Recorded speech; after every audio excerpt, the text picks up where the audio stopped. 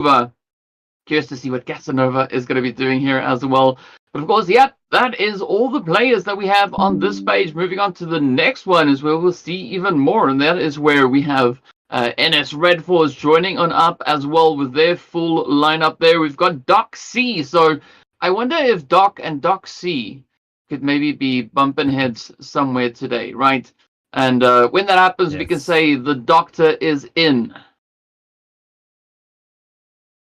We do have to see that. We do have to see that. But aside from that, aside from Namshing's Red Force, we have Young Gun Galacticos with Say Cloud, Romeo Boy, Master Smile, Mernet Boy.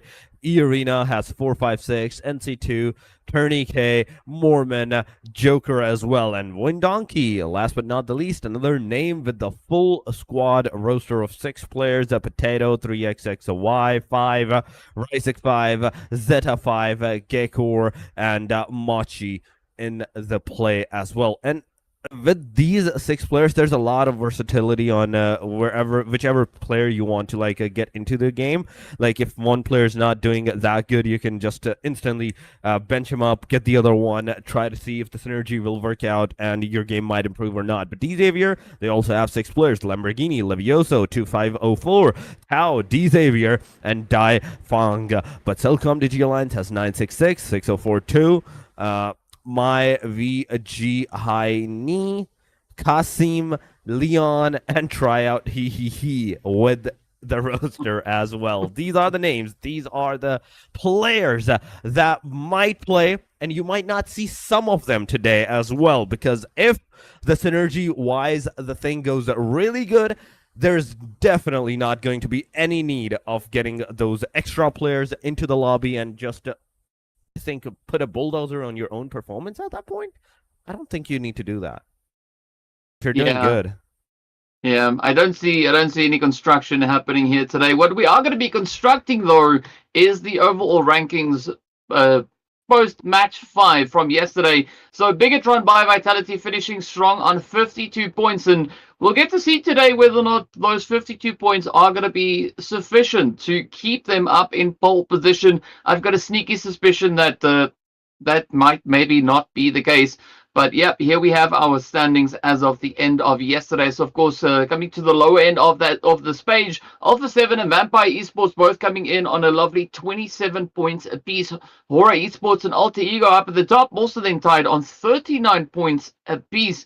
And it's interesting to see Alter Ego holding on to that 3rd place, doing so without a winner chicken dinner under their name. But it's not necessarily this first page which we will be interested in. It's going to be page number 2, because that's where we know a few more teams are going to be hoping that they did enough yesterday so they don't have to stress too much come tomorrow to try and climb their way back up onto the top of the standings. Of course, here we can see Sem9, we've got Nexary, as well as Boom Esports, Team Secret, as well as Talon and DRX. So D plus Kia, they brought in those 10 points yesterday, but as we saw at the end of the last match, there was no change to their overall positioning.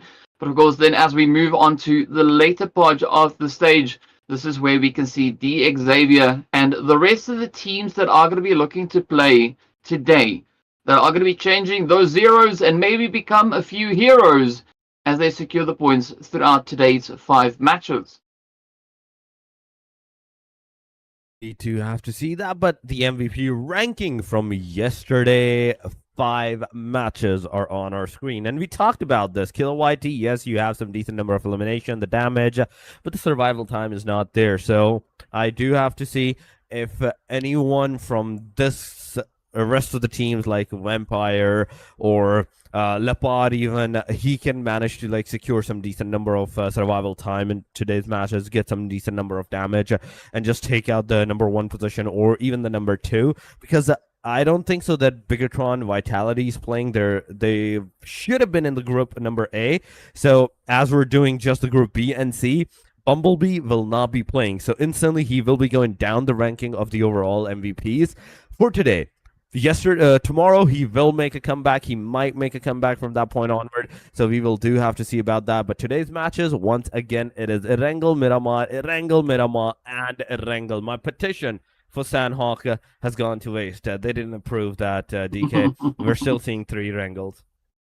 It's unfortunate, but hey, maybe we'll see it at a later stage of this tournament itself. But yeah, I think it's going to be a decent spread rotating through our map sequence here for today. It gives the teams a great opportunity to lock in on that consistency. Not that they need any help with that, but hey, we're in it. We're ready for the gameplay. We're ready to see what the teams are going to be looking to bring onto that battlefield. And I'm curious as to who's going to be the new MVP come end of day, right? Will we see some new contenders, right? Any of the new players coming through from Group C? Or will it be Group B looking to hold strong and steady? So I think there's going to be a lot to be discovered on the battlefield. I mean, there's a lot of at stake. It is not only just the first day of the group number C, but the last day of the group B. That is one thing that group B has to really think of, and group C has to really indulge themselves. That like, okay, we still have another day. We can kind of go on the aggressive side for the day number 2, the day number first for them. And with this, not only they will be putting a pressure on the group number B, but also getting a decent number of points for themselves alongside of that path as well. What I do totally believe is that this group, right today, Group C needs to be aggressive. No matter what they want to do, they need to be aggressive today so they can potentially secure those points and instantly take those top positions for themselves. Like already the top 16th position is with just 10 points. You just need a single match with 4 maybe eliminations, top 5 positions, top 3 placement, and you can easily get overcome that 10 points marker. You can easily be on the hashtag number 15, and that's just a start. That's just the start. After that, you still just have to secure more and more. You have to be consistent, and by the end of the day, even though you still have a day tomorrow, you can get your ending of the day at the top 9 position. There should be at least 2 or 3, let's say, into the overall leaderboard after the end of the day from the Group C. Yeah, I definitely agree with you on that. The barrier to entry is not that high, so I wouldn't want to be one of the teams currently sitting at the lower end of that leaderboard, because it is going to cause quite a bit of that stress potentially for them. But as you've mentioned already, the teams in Group B, this is their opportunity to ensure that that is not a factor, that is not a problem for them. So I'm hoping to see all of that aggression be absolutely paramount today. But aside from Group C, I think Group B, those will be the ones that will really have to absolutely dial that aggression to 27, right? I know the dial stops at 10, but take it a little bit further, right? We want to see insane performances, and I'm pretty sure that is exactly what we're going to have. I mean, the same kind of performances. I really hope we don't see any kind of slow performances today, because today I need it to be destructive. I need today to be destructive for the Group C, for the Group B, because it's the start of the Group C, but it's also the end of the Group B. Tomorrow we will see Group A once again rise, try to secure more points and everything, but today is the day for the Group B. They have to really think of this fact that from tomorrow they will not be playing. This is their only chance. This is their only 5 matches that they will be playing to secure the top 9 position. So whatever they're doing, whether it's to fight for the top 1 amongst themselves or alongside with the different groups, the A or the C, this is their time. This is their only time. You have to be into the top 9 with some decent number of points that you can even survive the day afterwards. Because even though you're gonna get into the top 9 today, but if you don't have that much differentiation of a point from the rest of the teams, it's not gonna be enough. Tomorrow the teams are just gonna come clean sweep that. They will have the target on how many points they need to achieve and everything. They will be looking at the Group C as well on how they will be playing, and Group C already know how Group B played, how Group A played. So they will have a better opportunity of securing those points for themselves and just sweeping into the top 9, just taking everybody out from that. Yeah, and I think out of Group B, there are 2 teams that I'm going to be looking at today, right? So Talon and DRX, right?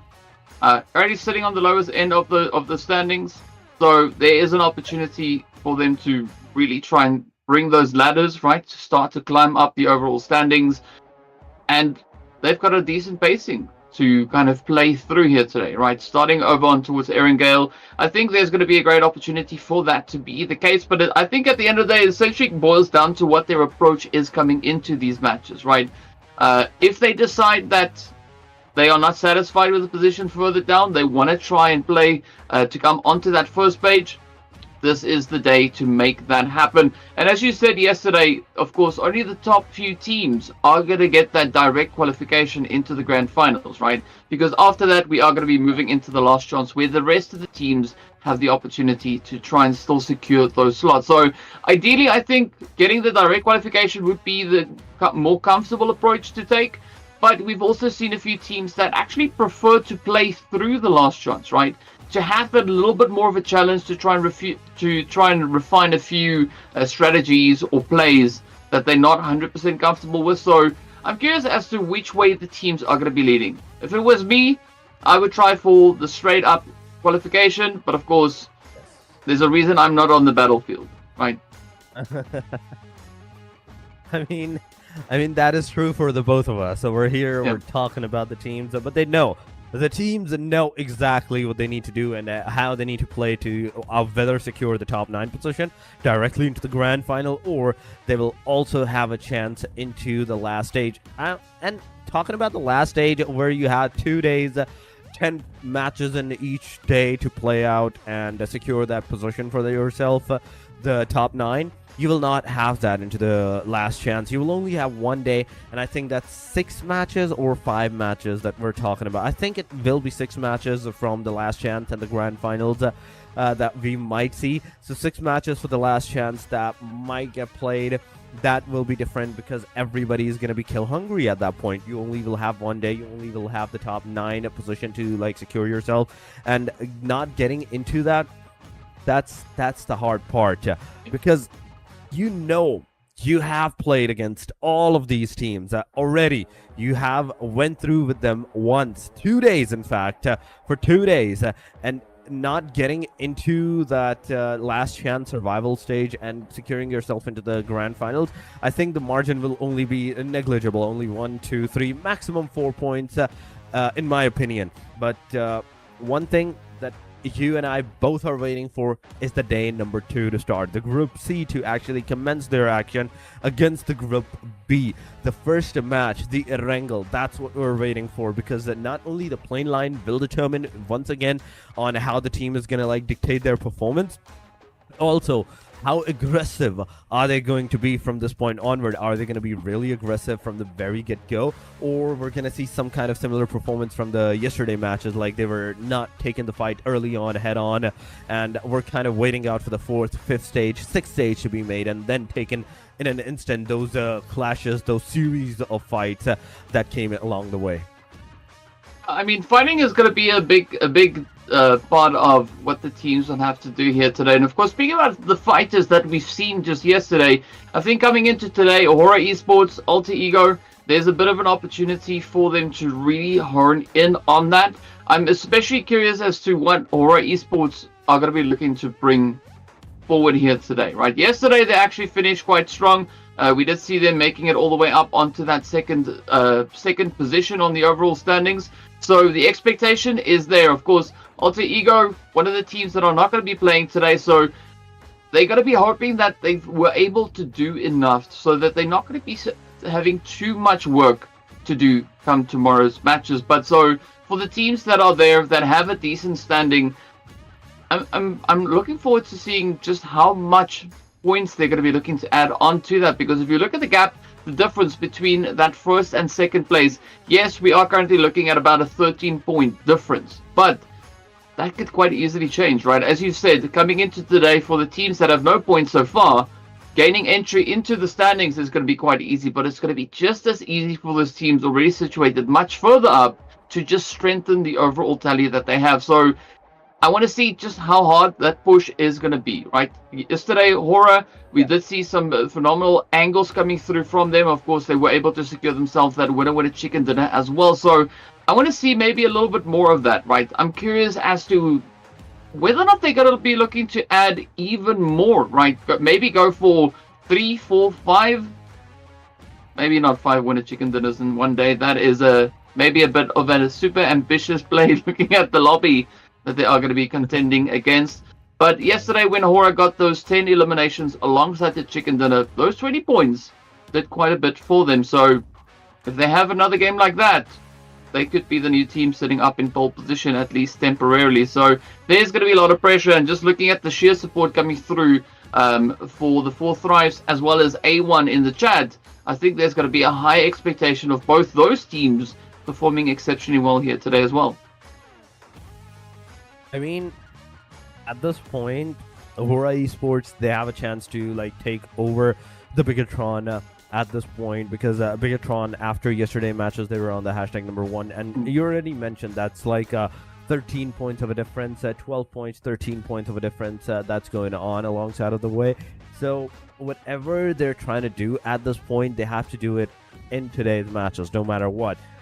One thing Hora will have a good chance is that Alter Ego is also not playing. So as Alter Ego is not playing as well, Bigatron is not playing. They were #1 and #3 respectively. Bigatron being on the #1, Alter Ego being on the #3. Hora Esports was the only team that was in the middle of that, and they will still be playing today's matches with 39 points in total. So judging from that and a new lobby coming on, they will have a good confidence boost for themselves. They will utilize this confidence and maybe stake a very aggressive start, a good start for themselves, securing even a win a chicken dinner right on the get-go. And if they do that with a decent number of eliminations, that means not only they will soar high into the overall points table, straight up into the #1, but they will put a lot of pressure on these different teams, these different names from that point onward, because this is the day #2. This is the day where yesterday we were talking about, okay, this is the time where everyone is going to try to break the other one. Every team is going to try to break the other team's momentum and put a pressure on them. But here we go, ladies and gentlemen. We're not going to take too much of your time from now, and we'll take you straight up into the game #1. Now, the Erangel it is, going all the way up to the Stalwart, but from the Gutcast region. Ooh. Very well, we've got a decent spread, a decent start coming through with that flight path and zone combo. So I want to see where this is going to take us, right?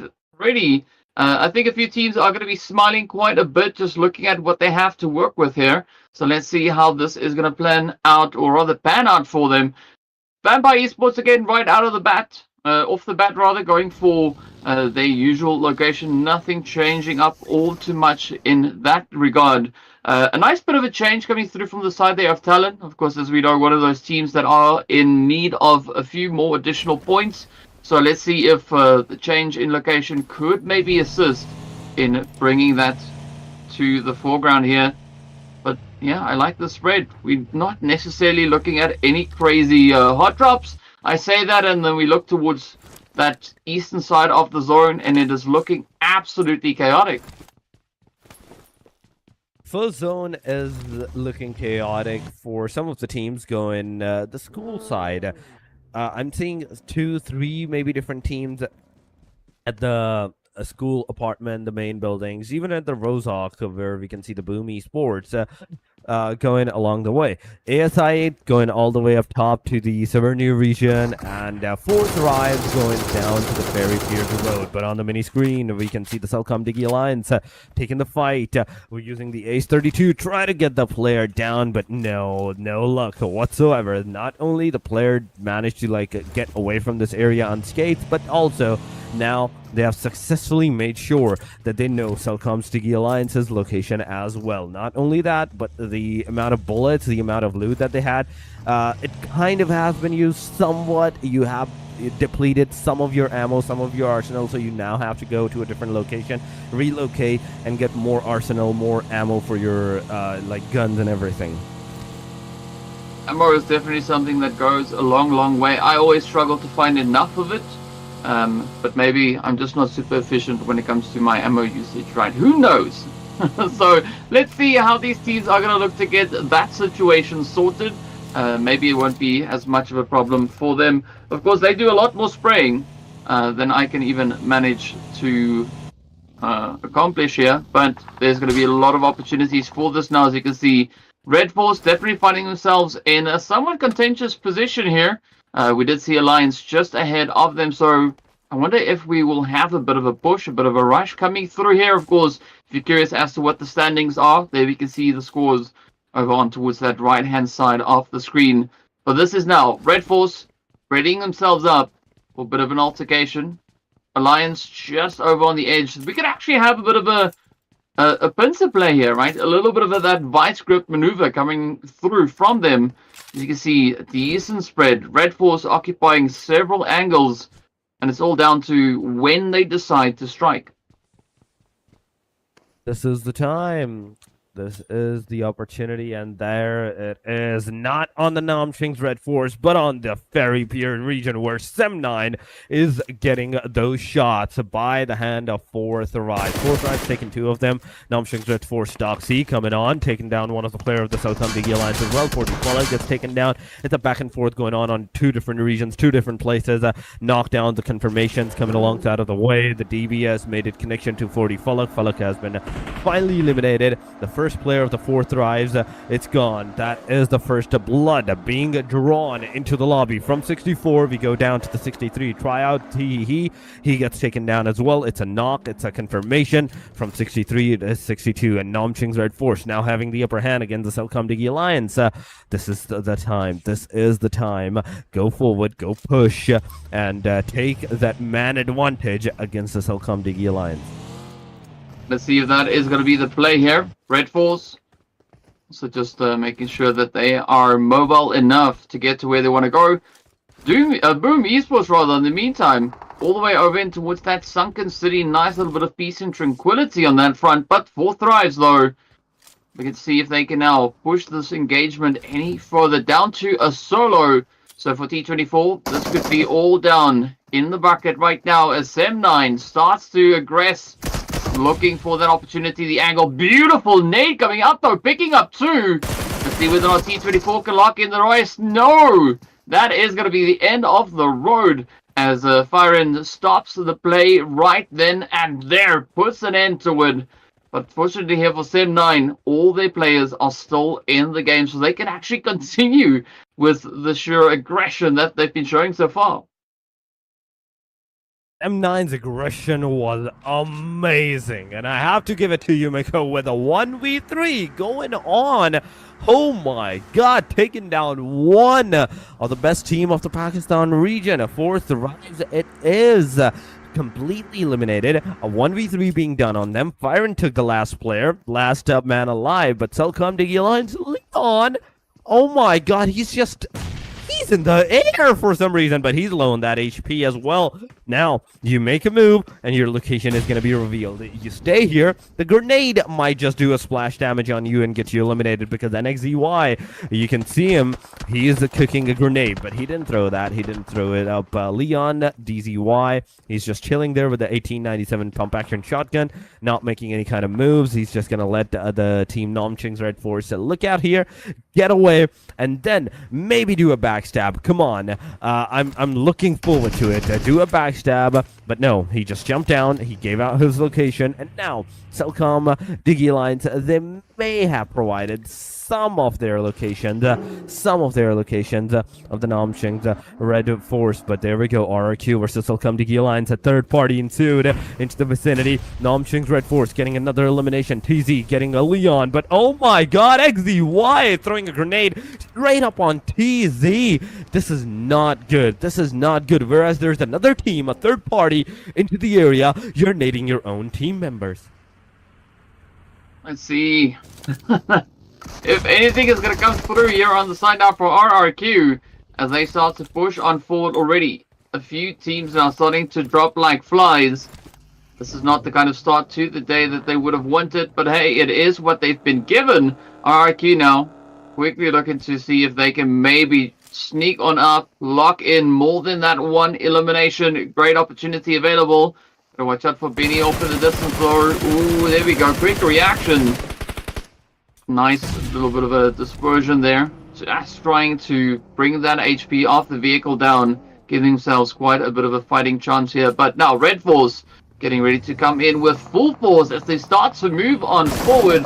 Eggsy quickly just peeking over the ridge. Benny not being able to use much of that hovercraft now, has to face the music as the players will come in their direction. Doc coming through with a quick pickup there. And this is a great play now, but oh, Red Force getting absolutely ripped from their vehicle. It is going to be Lapar just cleaning it up. Already being one of the MVPs coming into today, sitting in that top 5. And now we can see just why that is the case. He is making sure the ground is leveled back. The bumps, they're all gone. But RQ, 3 elimination at the cost of one of their players. Not a bad start, not a bad start. But Namshing's Red Force, the last guy, is still alive. He is still there into the same vicinity. But one thing for sure is that he's outside of the circle. He's definitely going to get the blue damage. So he will have to move forward. He will have to get out into the open. And that's where the team RRQ is waiting for the opportunity. That's what they're going to do. Namshing's Red Force, they have been eliminated. RRQ, they have the 5 eliminations. And now, Namshing's Red Force, that is a team that got eliminated by the team RRQ. But Boom Esports now moving forward, and near the ruins area that they are, there is another team close to the vicinity, but not close enough to get engaged in another fight. Today, I'm loving the action. I'm loving the action. This is already our 4th squad. In fact, not 4th. This is a 5th squad that got eliminated. Now we will be moving to our 6th fight. Boom Esports close the team of Tri-Barrel Messi, but no, they disengaged that fight and went straight up for the Mount Everest. It's pretty crazy. We're 10 minutes into this match and already 5 teams are down, right? Absolute insane aggression. We said in the pregame that we want to see the teams be aggressive. I think they heard us, right? And maybe they went a little bit overboard, but hey, we're right here for all the aggression that they decide to bring on in. Tribe Eremacy also bring in an interesting performance that we saw coming through from their side just yesterday. So far, we've not seen any eliminations find its way towards them, but looking at what we have potentially maybe bring up onto Everest, things could at some point take a bit of a turn here. Now it is going to be the Yangon Galacticos holding nice and steady. It is going to be Boom knocking on their door. But will they have the Boom necessary to break it down? Of course, a nice defensive positioning that we see here. Love the utilities coming through. Say Cloud prepping. Get to see if they can lock it in. There we go. The first knock is there. The barrier has been broken down. And now it is up to Yangon to see if they can get everything available to them. Boom, going to try and potentially maybe recover from this, but I'm not quite sure if it's going to be on the cards for Boom Esports. Definitely having that first player down, it does make things quite difficult now for them. Oh my god, I love that grenade trajectory to the Boom Esports. They got 2 of their players down. One already knocked, got finished. The second one is knocked down so far. But take Cloud. Say this is the time to go forward, but on the backside, there's the Tri-Barrel Messi doing a third-party engagement. Tricks into the close vicinity, doing a third-party from the backside, getting the pawn bit down, meaning potentially there's only one player alive from the team Boom Esports at this point, and he's the one giving the revive. This can potentially be another 2 elimination points for the team Tri-Barrel Messi. Tricks already has thrown the grenade. It's definitely going to connect or not. The answer is no. Delta coming in close with the UMP-45. He's already received a lot of considerable damage. He needs to throw the grenades. RRQ is also facing the nade damages. The UMP-45 is not going to do too much. It's going to, yes, take down almost player to the knockout side, but still, the player's alive. Zoro, he finally gets knocked down with a nade. Another one is going to go forward, but no connectivity whatsoever to take the final player down. On the backside, there's a Hora Esports doing a 4th party. Come on! What is going on with this Mount Everest? There's 2, there's 3, there's almost 4 teams, and 5th one in the back as well, just waiting for the opportunity that might present itself. But Rick this move shouldn't have been done. You shouldn't have cooked that grenade for too long. You should have used it, your S12 kit already, but no fear coming in with the clutch, getting that first elimination, the second one on top if they can potentially get it. But the player from the Triborough Messi, not only to put their player into the car, but now they're driving it away, successfully getting out of the clutches of the Hora Esports. Triborough Messi just barely surviving with their third player still alive, still intact, but he needs to get that revive now. Look at the mini map. There's 1, there's 2, there's 4 teams into the vicinity. ASI 8, Talon Esports, and Hora Esports straight up on the Mount Everest. And on the backside, and on the third party side, maybe on the downward side, I think we still have the Triborough Messi. I mean, they definitely could still be there, but looking at the exchanges that we've had up on Everest, I do think it was a very decent play coming through there from the Galacticos, rather deciding to disengage and play for longevity. But now, Talon, I love the step up coming through for them. We're looking to see if they can have their hand at a bit of an opportunity. Hora Esports holding on to that 3-piece that they've got, moving over towards that eastern side. But the pressure is going to continue to build up towards this Everest positioning here. And see who will be the one to clutch it out. Still 3 teams in contention. Looking to see who can lock it in. But now, Hora just waiting patiently to see what will come through from the side there of Talon. Sleepy is going to get picked on up. So now it turns to Jiggle and No Fear to carry their name moving forward. Up comes Jiggle with a quick little bit of reposition. Looking to get those headshots in. But instead also takes quite a bit of damage. No Fear going in for the res, trying to keep their numbers strong and steady. But Talon definitely looking not to back off of this fight. They want the points. They need the points. But will they get it? This is a big question. This is a big time. 5 more grenades in the hand of No Fear, but no! Through the smoke, he has been spotted, and now it's all up to the last player of the Hora Esports. Jiggle it is, and he's just skedaddling out of here. He do not want any more fights. He want peace. But get into the car, get out of here. But no, he's actually staying for the fight. But look at the kill feed. Voin Donkeys, ASI 8, DRX. Everybody's going haywire here. DRX already has been eliminated. Wait a second. They got eliminated after by the hand of ASI 8. Okay, for a second I thought they took down the players of the ASI 8, but Crypto is the guy that did the final deed. Hora Esports also getting eliminated, and we're already into the top 6. It's been barely 16 minutes, DK, and we are in the top 5. Wait a minute. This is going way too insane today. ASI 8, they're getting eliminated on the hashtag number 7. 6, there was another team that got eliminated, but now from this point onward, it is Yangon Galacticos with a solo.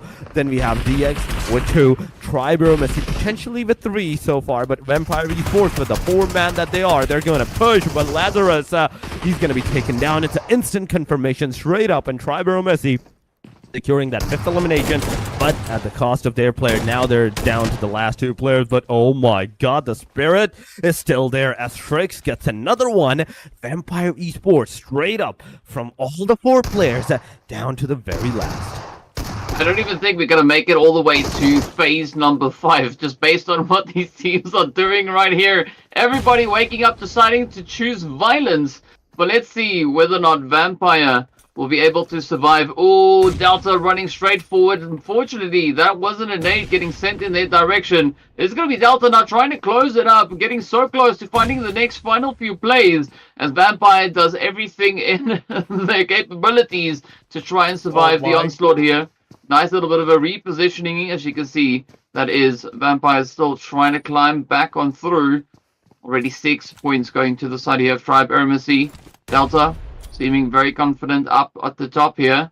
Not quite sure if we are going to be seeing them secure the finishing play over on towards Vampire Esports. A quick potential vault now could be inbound. Let's see if Delta is going to get down onto the ground. Yes, indeed, they do. Hopping into the vehicle, trying to make that grand escape. Maybe this is a bit of a bait and switch to see if they can lure them out.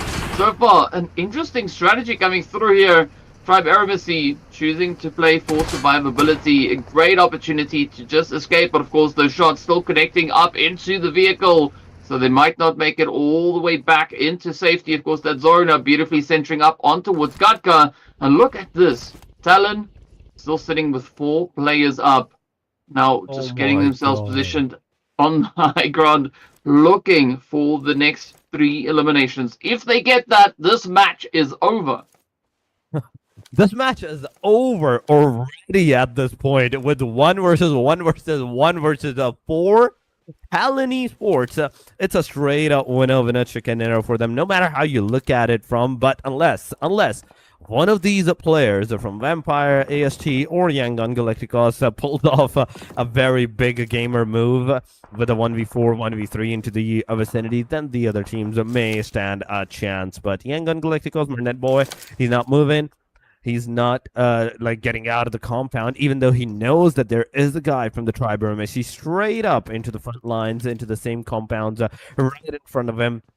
He's not gonna get out. He's not gonna take the risk that might even have like the chance of him getting eliminated at here. So they're just gonna wait it out. Now this is the time, DK, where we can potentially say that we might even wait it out till the stage number 7. Looking at the amount of players that are alive, to teams that are alive, and the circle radius that is this big, everyone has a very decent place to hide, stay together, like stay in a safe position, not make any kind of move, and just chill out for the circle to be made. I think the main decision rests on Talon. If they decide this match is over, it's over. If they can move up as a unit and they can go find each of the 3 remaining players standing between them and that winner chicken dinner, yeah, it is game, set, match right there on the spot. But we'll find out soon enough exactly what their approach is going to be. So far, it seems like everybody is just ensuring that they do have sufficient loot. But looking at Talon, I mean, if they can clutch it out, right, get themselves that winner chicken dinner, they have already surpassed the total amount of points that they were able to secure just yesterday. But now, with the widespread coming through on the Talon side, they are losing their first player as the push is going to come on through. If you take on any of these solos individually, things might not go the way you hope, but it is going to be a cool. Now, wrapping up yet another team. See whether or not Galacticos are going to be able to survive any further than this. The full send is coming through here. It does seem like Vampire also now wants to get involved in the exchange. But 2v1, at least on the front line. Beautiful play here from Onsen. Oh, jump shot. There we go. Beautiful cleanup just in time as Yoru is able to save their teammate. 1 player standing between Talon and that winner chicken dinner is going to be Marnet boy, just holding steady in the building. Ooh, there's a big suspicion coming through here from Reboy. Let's see whether or not they are going to be able to find that play and wrap up this match. Oh my god, this is insane at this point. This is not good. For a second, even I got scared at, oh my god, Talon Esports just lost to 1 player, 2 players. This can potentially go to a 1 versus 1 on the player side. But Mernet boy, a beautiful grenade getting hull down right there. Now he's cooking a grenade again. Let him cook. He's definitely going to receive a splash damage maybe at this point. But oh my god, his own grenade?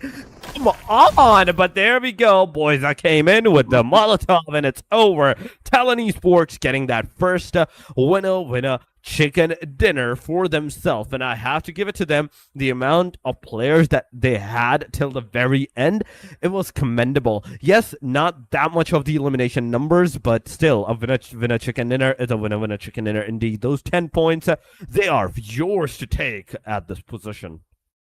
I mean, looking at the finish play here, absolutely insane. But of course, it is going to be 2504 coming in as our MVP for this first match, finishing with 5 eliminations and just over 700 damage secured. Absolute insanity. I mean, everybody just came into the lobby and they were like, yeah, let's go get aggressive. It's day 1. It's the first day for Group C. Let's see how far we can dial up the performances here. But what a play, what a finish, what a way to start off the day. 19 points it is. Okay, for a second, I thought they might not have that much eliminations, but okay, I was wrong. 9 elimination, 10 positioning, 19 points is a very, very good number. D Xavier not holding back as well. 11 eliminations. Oh my god. They were on a killing streak at one point. Placement points with just 3. So they got eliminated at the hashtag number 5 at this point. So not a lot of good positioning wise. 14 total points. Tribero Messi with 11, 7 eliminations. Yangon Galacticos with a total of 9 points, 8 for Vampire. DRX with 7 eliminations and 8 of total points. 7 total points for ASI 8. RQ Ryu with 5 points as well, alongside of Sem 9. But Nom Shing's Red Force 4. Hora Esports with 2. Wine Donkey with 1. Boom, Selcom, Diggy Alliance, E Arena, and 4 Thrives with those 4 donuts to their name. Not even a single point secured. But here we go. Overall ranking, Bigatron by Vitality 52, still staying there even though they're not playing today. Tribero Messi, now this team, they did good. They managed to get some decent number of points. Not only that, they took down Hora Esports from the hashtag number 2, took their spot with 48 points to their name overall. I mean, what a climb. 3-slot jump just in that first match of the day. Absolutely amazing stuff for them. But of course, take a look at the second page. D Xavier also now making their way on in here with that pure showing of aggression that we had. 11 eliminations alongside their placement points puts them quite comfortably up into 16th position. DRX also advancing up 1 additional point. But as a result of these teams moving upwards, we are looking at a lot of those downward arrows now showing up here. But of course, this is all the way to that 18th position. Galacticos securing their 9 points does put them very comfortably in 18th. And if this is kind of the flavor of the day, it's going to be a very quick day. I do hope this is the day today. This is the kind of the day today, because I'm looking forward to it. I'm looking forward to it. A1 Esports, Alpha Gaming, and Champions Esports, they still haven't played a single game. But yes, 4 Thrives on the 24, 0 points. Selcom Digi Alliance, 0 for Arena as well. 1 for One Donkeys, they have the 21st position. Nomshing's Red Force with 4, and ASI 8 with the 7 total points. This is the post-match ranking going on for us. But match number 1, it is done and dusted. Talon Esports, it was, ladies and gentlemen. Now, moving on to the Miramar match. It will be the match number 7, from Erangel to the desert lands, the barren lands of the Miramar, where you have to have a car. You cannot go... you cannot survive without a car, without a vehicle, or a transportation for yourself. So this is the kind of map where you are heavily like undermined if you don't have a car, if you don't have any kind of transportation for yourself, or if you don't have those long range scopes and the guns as well. Well, that is going to be an interesting one indeed to see what these teams will do. And if they can find the vehicles, well, while we make sure that the tire pressure is appropriate, we are going to be heading into a quick break. So be sure to stay tuned, and we'll see you right back after the break.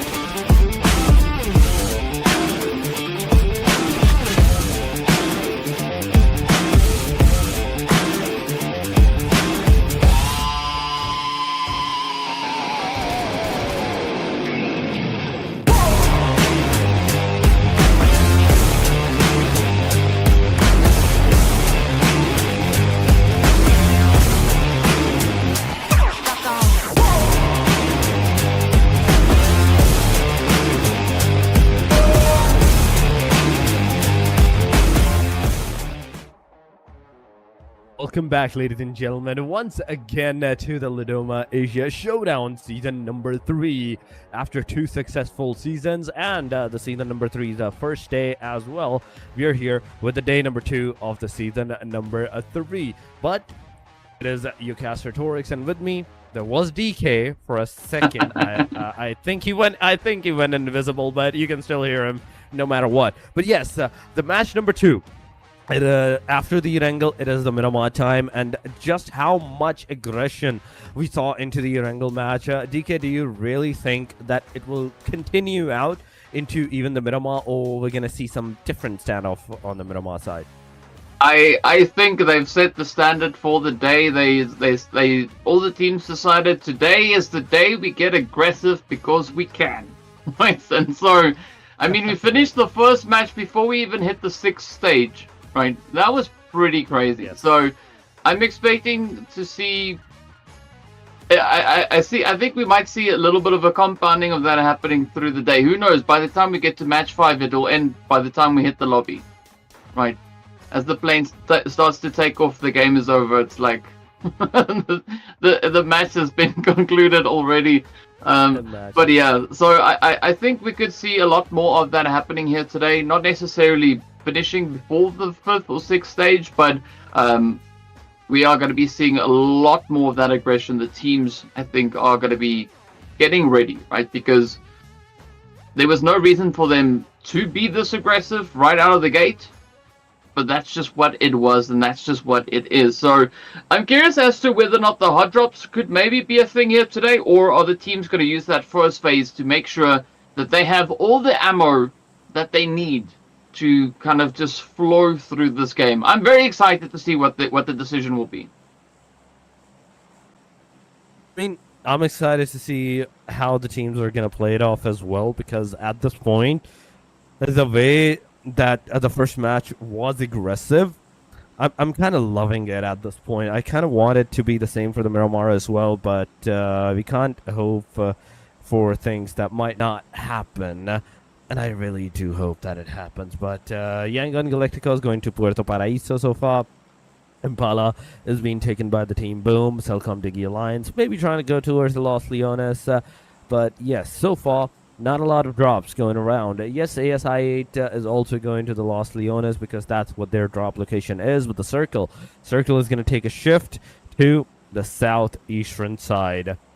Minas Generals, La Bendita, the Los Leones, the Chumacera, and Minas del Valle all included in the circle right now. But one thing that I do love about this circle is that it's not going into the water. Not even a splash of water is been taken on towards the eastern side, because we usually see this kind of a circle going hard onto the eastern side, and when that happens, usually those spawn islands, those mini islands are the one that gets contested because of that. But yes, Picado, no team, just a single one. Yeah, Talon Esports kind of close to the proximity, but not close enough for the fights. Fort thrives at the Monte Nuevo with nobody close to their proximity as well. So I can safely assume, DK, that this match might go to a safer side locations. Yeah, I mean, there's a possibility for that to be the play here, and we'll find out pretty soon exactly what the approach is going to be. RRQ already coming in here with quite a dip in the HP bar. Yep, there we have it. The first blood has been drawn. And of course, that feed is going absolutely crazy. E-Arena just lighting it up right out of the gate. They've already lost their first player. RRQ, of course, responsible for that. But it's been a fair exchange on either side. Let's see what the rest of the lobby is going to be doing. Monte Nuevo, at least for the time being somewhat tranquil, being somewhat quiet.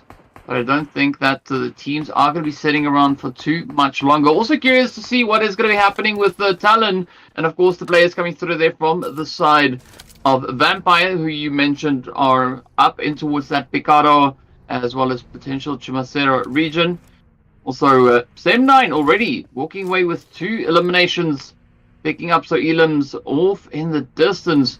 Again, these teams are not wasting a single moment. The first glance they get at another opposing player, they get right down to business. Los Leones is going to be where it's at, as we have Alliance here getting ready for an absolute showdown. rushing straight on in is going to be ASI8, looking to see if they can maybe survive. But if it's up to Alliance, the answer is most likely no. The answer is most likely no, because already they're down to the last two players, and those two players are kind of scattered now. We can see ASI8's one player outside of this house, whereas I think that's a brown. The name is Brownie, but okay.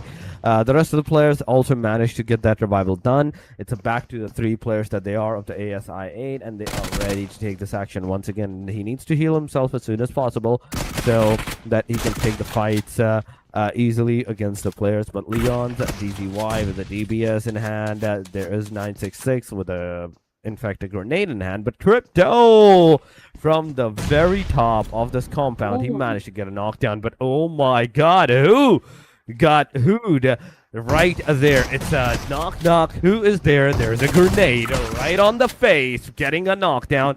And now down to the last two players once again of the team ASI8. Crypto has jumped down, and the Southcom Diggy Alliance at 966. He's just waiting over there. Iron was the one that got knocked down as well. And last but not the least, it is Crypto ASI8 getting out of this match as the first contenders.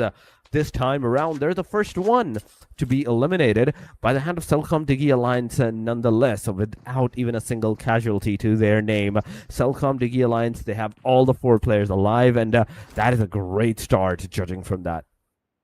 Well, we know who else other than Talon went rather down into the area here of Picado. It is going to be DRX now venturing into Vampire Esports territory.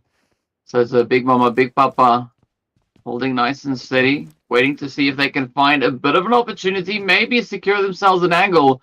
But it does seem like Vampire Esports have potentially anticipated a bit of contention coming through towards them, as they are playing quite spread out, trying to gather as much info as they can. But Dorix, this is where I'm curious as to whether or not DRX are going to be able to survive this, right? Will they be the ones to take down the side here of Vampire Esports, or will it be Vampire getting the jump on them? I mean, it's about the fact that who's going to make the first mistake, who's going to show and expose their location to the other team. Vampire Esports, so far, we're seeing them being very cautious, Meowla on a different angle, but judging from the position of the DRX, we can assume that they may have a better position because of this triple-story compound that they are in. It's kind of like a good position, but at the same time, the two players of the Vampire Esports is also into the compound right next to that. It's a twin compounds, and one of them is being contested by Vampire, the other one is being contested by DRX. But Four Thrives versus M9 after the two initial eliminations of the team Four Thrives' player. We're seeing a third one getting down as well. So Naki, the final guy, the only hope for the team with 109 bullets, level 2 vest, and a level 1 helmet. He's the only guy that's alive and ready to take the fight against the team. Seb9 is the player, but I think the team has given out the call out that do not show your face. No matter what, do not let them find you. We have already lost a first match. We don't want to lose the second one this early on from this point onward. But oh, wait a second, Manpa, I think he has spotted down the player, but no, he hasn't. He's going down, he's coming back up, he's trying to look out for the opportunities, for the angles and all that. But the car is coming down, the player location has been revealed. The M249, it's gonna do its deed. It's gonna take down one player, but can you get the second one? Can you get the second one into the vicinity or not? But Manpa, he needs to be eliminated. He needs to be finished off. On the other side, there's Yumiko once again. I even believe last match it was Sem9 as well. Yumiko's 1v3 against the Four Thrives. But now, this time, it's a 1 versus 2. But in an instant, after Sem9's elimination on Four Thrives, Sem9 also gets eliminated by D Xaviers. Talk about karma, right? That was a good representation of what it is. You go out, you cause trouble, and then you got to face the music yourself. So DX Xavier bringing in a little bit of justice right then, and they're absolutely insane plays that we are witnessing right then. But now, Vampire and DRX, they just enjoying Picado, right? They're like, you know what?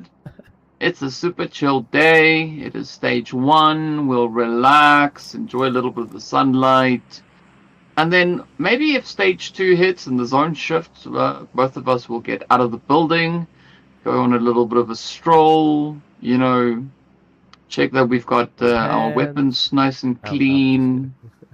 And then go like, oh yeah, there you are as well. And then, it's over. Um, Oh my god. Yeah, that there is a possibility of that, but just a second. Do I see D Xavier's also getting those damages and the knockouts from the Hora Esports now? Is that area cursed where D Xavier is gonna go for the loot? Because 4Thrives got eliminated there, then Set9 got eliminated there. Now D Xavier is also receiving that damage, those knockouts, on towards the same area. But Hora Esports now, let's see if they're going to be able to get this player out of the car. The car is about to blow up. It's already smoking hot, but Sleepy Hora, he misses those shots. Only managed to connect to one. But now, the car, it's no longer usable. Haitami on the other side is going to take down 2504 from the D Xavier side. And with the one elimination that they had in hand and the second one on its way, a knockdown, D Xavier is also receiving a heavy casualties on their side. That's already 2 players down. And almost dusted on the second guy. D Xavier's revive the players, but in an instant, again, as soon as he gets back up on his feet, he's back down on all 4. Sky Hora, he's spraying, but not any kind of connections. No connections whatsoever. Hora Esports is now close to the proximity. Now this is the time where they're going to take the fight against the D Xaviers, and D Xaviers in the front lines. You can see them getting some damage from that S12K, the shot that actually occurred, but they also have S12K in hand. Sleepy Hora managed to get one, but in an instant, he also gets taken down. D Xavier's Tetra 4, triple 4, he's there, but DBS is going to connect it up. And hi, dummies, that was a final bullet he had on that DBS as well. I mean, talk about absolute efficiency. That is what we see coming through here from almost all our players participating here today. I mean, pick a team. Everybody's going to play some form of insane clutch performance. So Hora Esports, the next one to step up to the plate, narrowly surviving a beautiful assault here onto the side of D Xavier. But what insanity is this that we are witnessing? And of course, Hora, they know they have to play an exceptional game if they are looking to hold on to their positioning on the overall standings. Yes, we can see them in 3rd place, but 41 points is not going to be sufficient to keep them there. So they will have to up the ante. From whatever they've been doing today, they need to go over and above all of that. I mean, at this point, we're kind of back to the square one of the same wrangle kind of stuff. State number 2 is where the fights actually started to occur. Sem9, DX, ASI8, and 4Thrives this time around got eliminated. So 4 teams, but wait a second. DRX's Nia. Okay, that was a explosive arrow that you just threw on the Vampires Esports. Unfortunately, did not connect on anybody. And on retaliation, he threw a full-fledged grenade at you. Okay, so we're talking about exchanges right here. Nia, so far, he's trying to find out the players, but DRX's location, I don't think so. That's actually going to help them too much to spot down where their enemies are. Big Papa, you can see him just chilling on the stairs. Be careful, you can slip down. You can slip down from the stairs. Be very careful, but Nia is here with 10 more explosive bullets. And it kind of want to make me think that they might not have that good of an arsenal, good of those guns and those ammunitions that they have for themselves. So they're utilizing every other gun, every other thing that they can possibly use. But oh no, Lazarus! A grenade comes into the play from the other building. It got the player down. Big Mama is down right now. This is the time. This is the opportunity Vampire can possibly use and rush upon all the players. But in the casino, there is a guy. A headshot connected from the Uzi. Lazarus. This guy is a beast. Back and forth. He spotted 2 players. He got one down. The second one got a lot of damage, and now the location has been revealed. Let's see whether or not Lazarus and the rest of Vampire Esports are going to be able to close this one up. DRX still holding nice and steady, but Mueller just creeping their way on forward, trying to get their position much closer towards that casino. It's going to be QXEZ holding nice and steady on the inside. Vampire Esports trying a little bit of a different angle here. As you can see, Vina also just hopping in the vehicle. Maybe they are deciding to rather evacuate the area instead of looking to contest this position. Well, that might have been the idea, but that is not what we see happening right here, as it is going to be Vina just stepping up right alongside the casino. Vampire now have an opportunity to start encircling DRX, but will that be a successful strategy? I mean, that is the thing. Will it be a successful strategy to do this or not? But one thing that we do know for a fact that needs to be happen at this point is that the circle might take a shift away from these guys, and they will have to, like, whether they like it or not, move inside of that circle. But I think I just witnessed another circle on these guys. Yep. They still have the circle. Stage number 3 is still for the DRX and the Team Vampire Esports, meaning more waiting time, ladies and gentlemen. We're going to wait for a tad bit more time before the situation is going to arise and move into the fact that the players are going to fight. But on the other side, we are seeing E-Arena versus Pubg Alliance taking that hustle against each other. E-Arena is already, like, they have lost one of their players. This one is going to be their second player. Third one coming in, but the shots, the sprays, are they going to connect? The answer is no. The player did not connect any shot. Now he's going to move away. So Pubg Alliance at 966. He was on the tower. Now he's down. But as soon as they move out of the Vampire Esports territory, they manage to get a knockdown. They manage to get a fight done in an instant. That's a knockdown and a confirmation, man. Yeah, they've now opened the door, but are they going to step through it? As you can see, DRX down to a 3-piece. Vampires now trying to find the ideal approach to take here. DRX not going to be budging at all, though. Just staying exactly where they've been for the past few minutes. Will this be enough, though? Will Vampire decide that they've had enough of this play and push on forward? It's going to be Nia as well as Big Mama and Big Papa holding steady over on towards that far eastern side of the compound. Vampire doing their due diligence, cleaning it out.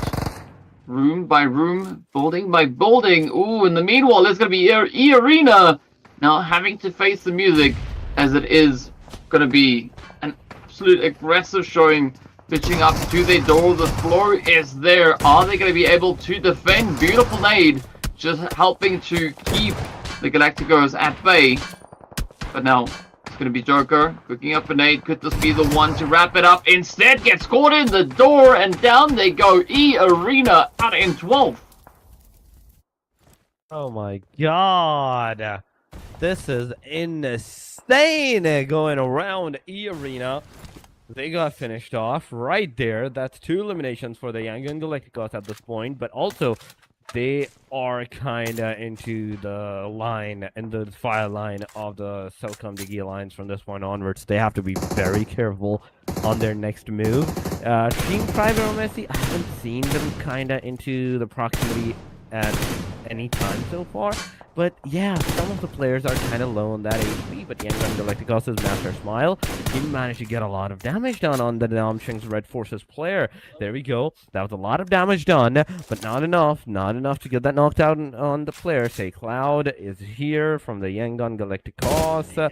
We are seeing outskirts. Is this the Los Leones outskirts? I think it is. I may be wrong. I can be wrong. But yes, from what I can see, this is definitely Los Leones' outskirts. Vampire Esports, now they are the one going forward. Vampire Esports, Miala managing to get Nia down. It's a knock. It's a confirmation. And it's a back and forth going on. Second elimination for the name of the Team Vampire Esports, but I love the placement of Lazarus. Lazarus, the way he's just chilling out there on the balcony, on the outer side of the balcony. He is ready to take that action as soon as the player is going to come over there. But Big Mama, Big Papa, the only two, the parents are alive from this point on. They need to take a step up, but Girl Messi, Hora Esports the fight has finally ensued. The top two contenders, ladies and gentlemen, the number 2, the number 3, they are here to take the fight for the number 1. Let's see whether or not that is going to be the play now. Horror trying to see if they can find Team Eremacy off in the distance. We did see those knocks connecting on through, but no confirmation just yet. You can see Eremacy back on a full squad. DRX, though, getting taken on down as Vampire clean it up. Still holding on rather to all 4 of their players here. Now just got to get those reses coming through. Meanwhile, it's going to be RRQ. Begin to step up to the plate.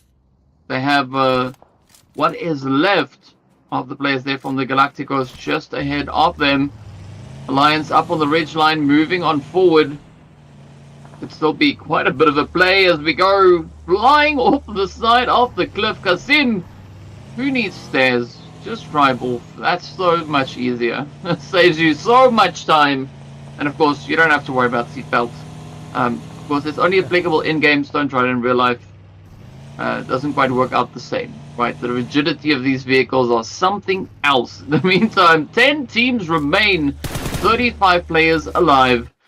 I think this time we might maybe potentially make it all the way to stage 6. But so far, the teams have not backed out of any of the aggression just yet. A nice position coming through here as Galacticos are setting themselves up, or rather that was Alliance that we witnessed just then and there. RRQ just ever so slightly ahead of them. I'm quite surprised that RRQ have not decided to turn around and fight Alliance right behind them. I mean, so far, we're kind of in a slow-paced, stalemate scenario, whereas the teams are taking the fight, but they're taking the fight such in a long distance that before any of them can actually approach the situation, the player's already back up on his feet. Namching's Red Force, now they managed to get a knockdown. They may have not got the elimination, so that instantly means the player will go back to his feet in a short while. But so far, there's Namching's Red Force on our screen. Horror Esports outside of the circle. They have to move in. They have to move in. The player's right there. The back tire has been punctured. The car slows down. It moves back up, and now in an instant, Horror Esports, one player has been taken down. You can see the plane. You can see the, in fact, not the plane, the circle taking a shift straight up on the Yangons. Oh my god, that's a circle straight up from heaven for these guys. Only very team in the circle, but aside from that, all the other ones, whether it's the Vampire, whether it's the Tribe Eremacy, whether it's the Talent, the last match Chicken Takers, or Team RRQ, or some Pubg Alliance, all of them outside, all of them needs to move, all of them needs to get in the circle as soon as possible, but this is the wrong move going on. Tribe Eremacy going forward, getting those eliminations for themselves, amazingly done. Vampire Esports, they have finally been taken care of. Top 9 it is.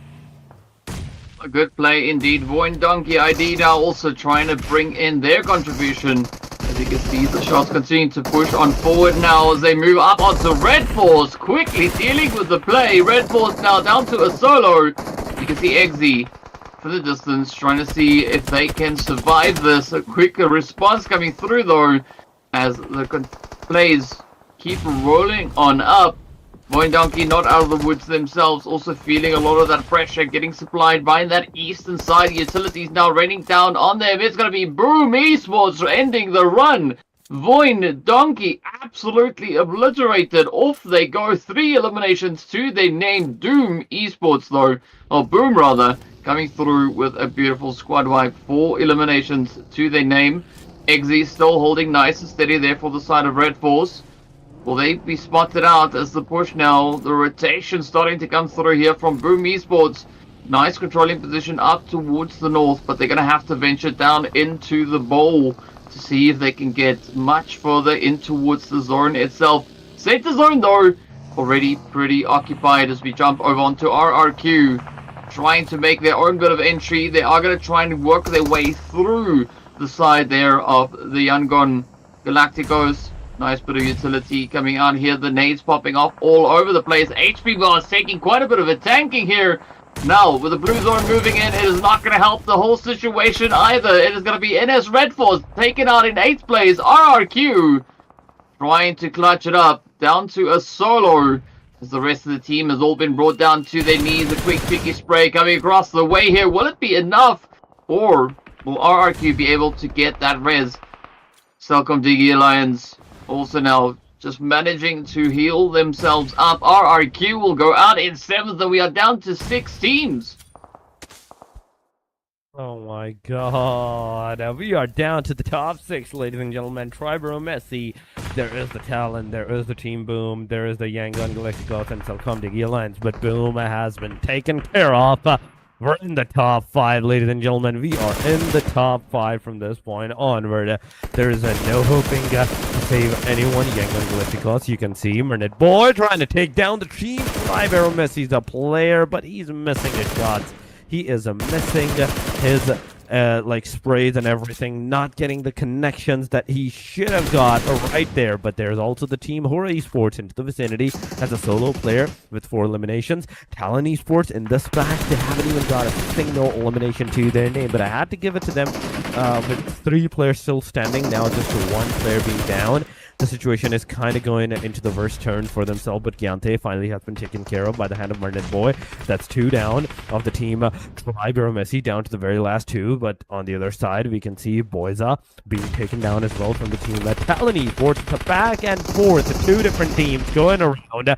Talon Esports, Johan, Boyza, all of them getting eliminated, and suddenly Hora Esports, Talon Esports, both of them out of the match. On the hashtag number 5, Talon got eliminated. On the number 4, Hora got eliminated. And now, as a top 3 contenders, Triborough Messi, Celcom Diggy Alliance, and the team Yangon Galacticos. These are the 3 names that are remaining. Let's see who's going to be the one to clutch up here. Yangon Galacticos looking pretty decent. They've got some strong representation here. The numbers looking good, but all the squads still left in this match having decent numbers to use to their advantage here. Now, it is going to be Alliance also just holding nice and steady towards that southern side. Everybody at least situated within the zone. Team Eremisi looking quite battered and bruised. Not quite sure if they are going to be able to heal themselves up. And here we go now, Galacticos. I like the spread. You see Master Smile out in the fields. They know that there's something there. There is an opportunity available. And there we go. Tribe Eremisi down to a solo. It is going to be Trix now trying to see if they can survive. 8 eliminations already to their name. 9 eliminations going over to the side here of Galacticos. They are going to be looking to add even more to the overall tally. Of course, Celcom Diggy so keeping themselves just out of reach, but unfortunately not succeeding in that attempt, as Leon will get knocked and traded nearly immediately. The rest of the team now rotates up, and it is absolutely devastating to them as they meet their end, and with that, the entire match comes to an end. And the entirety of the match comes to an end. Amazingly done. A winner chicken dinner indeed. Another one gone down. It's 2 out of 5, and we're doing really good for today's matches. The matches are going really fast. This time around, it is a Yangon Galacticos for the minimum match. Match number 7, it is Say Cloud, Mernet Boy, Master Smile, and Romeo Boy.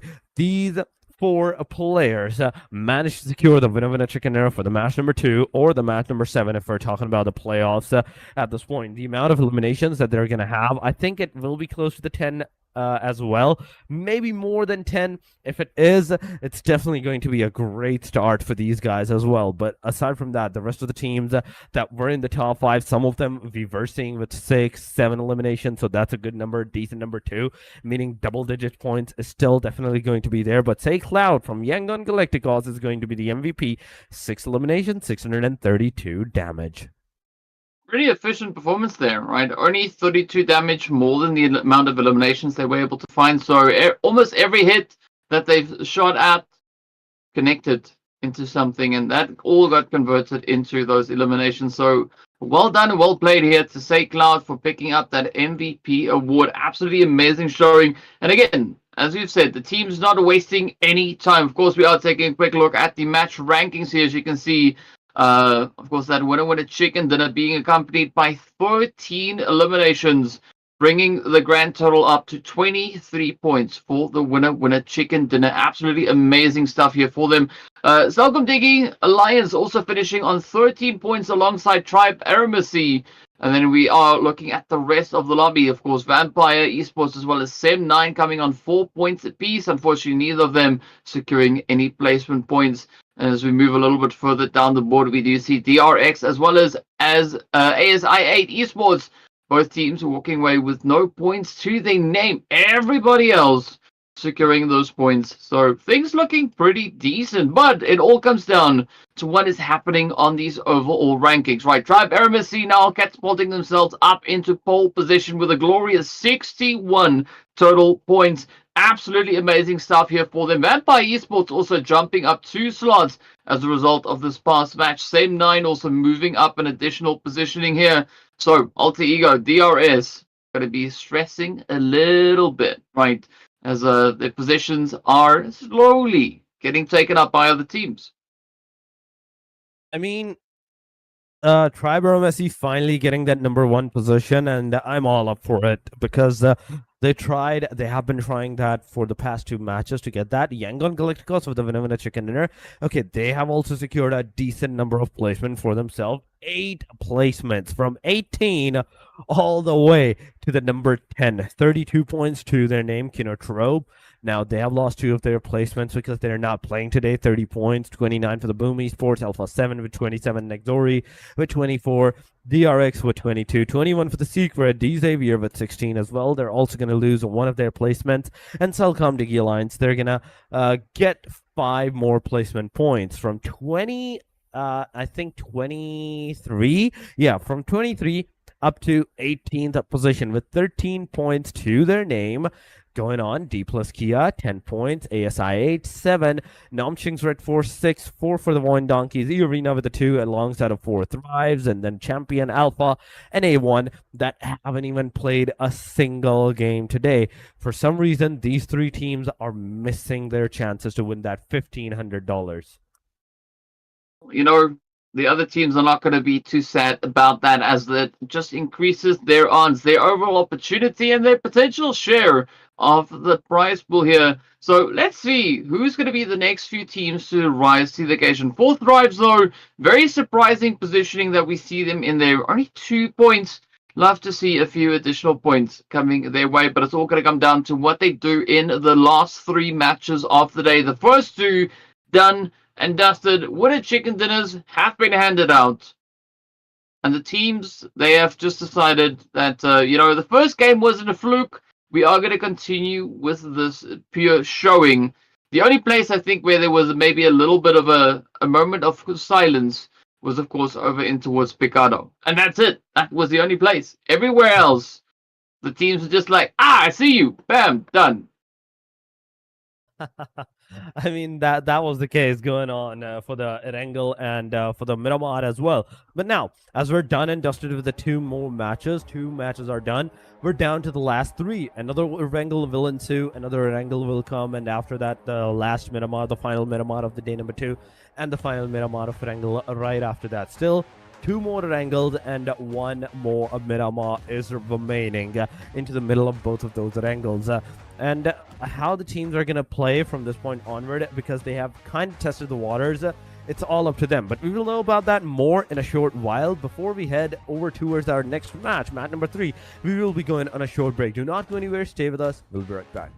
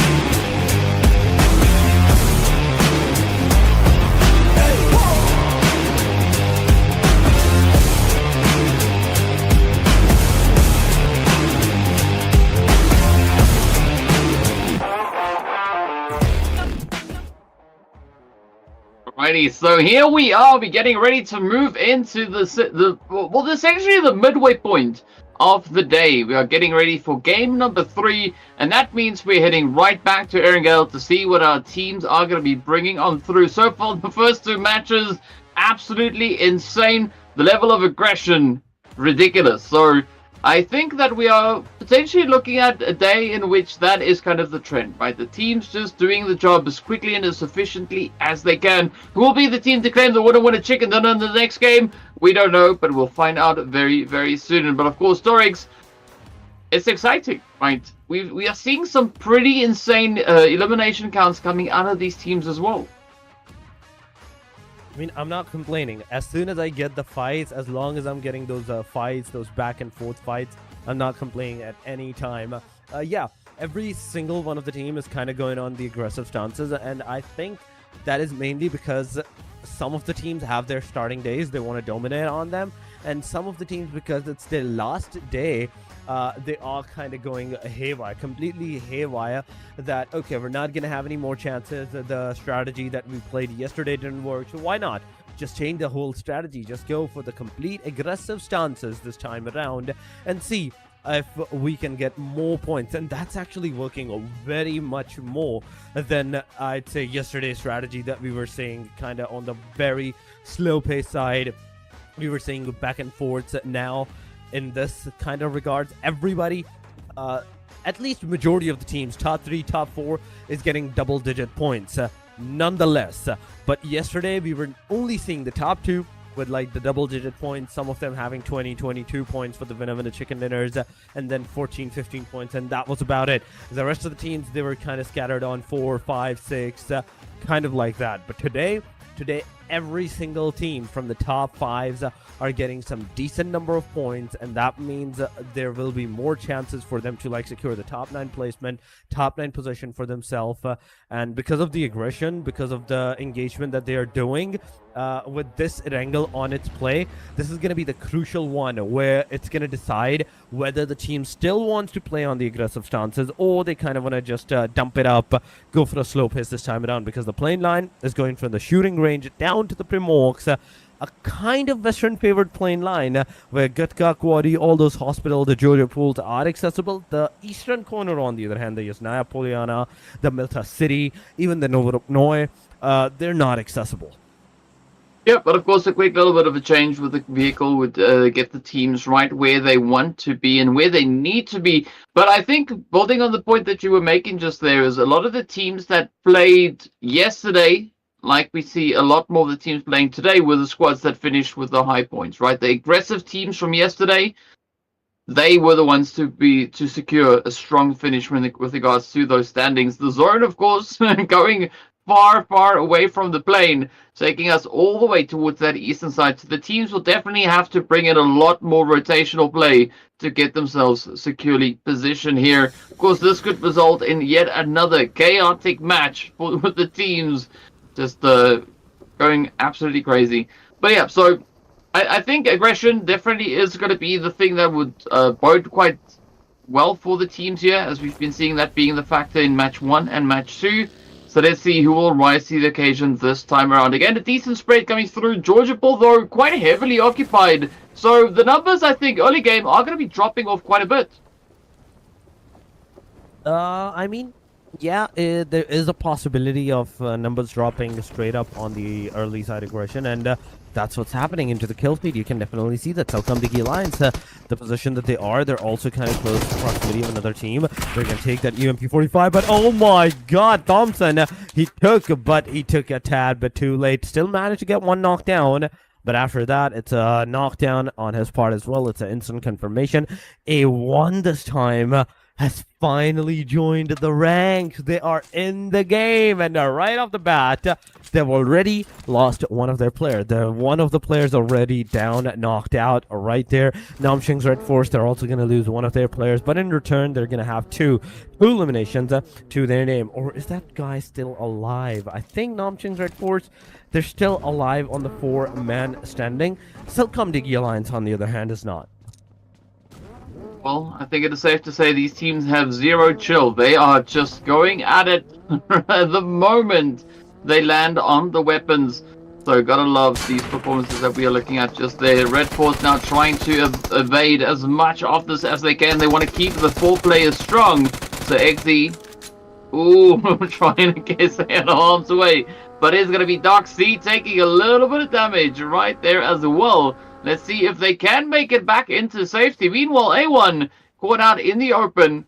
You were talking about Sinister getting knocked on down. Fortunately, Sinister has not been finished up just yet. So there is still maybe a small slither of hope for A1 to survive and to continue onwards. I don't necessarily see Sinister getting raised up as they are pretty isolated. And now they are the first one back into the lobby. Oh my god. So the early fights that are going on back and forth, they have come to an halt so far. But A1 Esports, with a green screen, is he trying to blend? Is he trying to just disappear around from this area or something? I don't know. But Tribero Messi, after getting that first position point onto the overall ranking, now it's their job to like secure and keep this thing and placement going on for themselves. But still, Pubg Alliance versus D Xaviers. It's also happening. It's also finally started. Pubg Alliance losing another one of their players, this time by the hand of DX. But D Xaviers, with that one elimination to their name, they also want to get that final, I'd say, player of the Pubg Alliance if they want to like have that total advantageous position for themselves. But Namshing's Red Force, they also have 2 eliminations. And aside from that, this match, even though we saw a lot of players going super close to each other, to each other's proximity, they're still not taking the fight. They're still not taking that aggressive stance. Maybe they're just building up for a little bit of that suspense. Tribero Messi also just keeping a very close eye. They can see the Galacticos off in the distance. But let's see where they're going to take that play towards next. Meanwhile, DRX holding up on the high ground. They got 4 thrives just below them. Not getting a clear line of sight on them just yet. But they have spotted that movement as they now start to descend, start to move on forward as they get ready to push and just secure some potential angle maybe here. But of course now DRX retreating back up onto the hill. Trying to get themselves a nice little bit of a position here. Where will these players go though? It's going to be Ermacy now focusing a little bit further off onto the edges here as they try to pick it up, but instead it's going to be Arena coming up clutch here. They are coming in with a clutch, getting eliminations for themselves, and Tribero Messi. They are the one that's gonna have that one eliminate, like the one of their player being eliminated from this point onward. D Xaviers, 4-man. Pubg Alliance, the solo guy, close to the proximity. Pachinki it is, ladies and gentlemen. It is Pachinki on your screens, on our screens.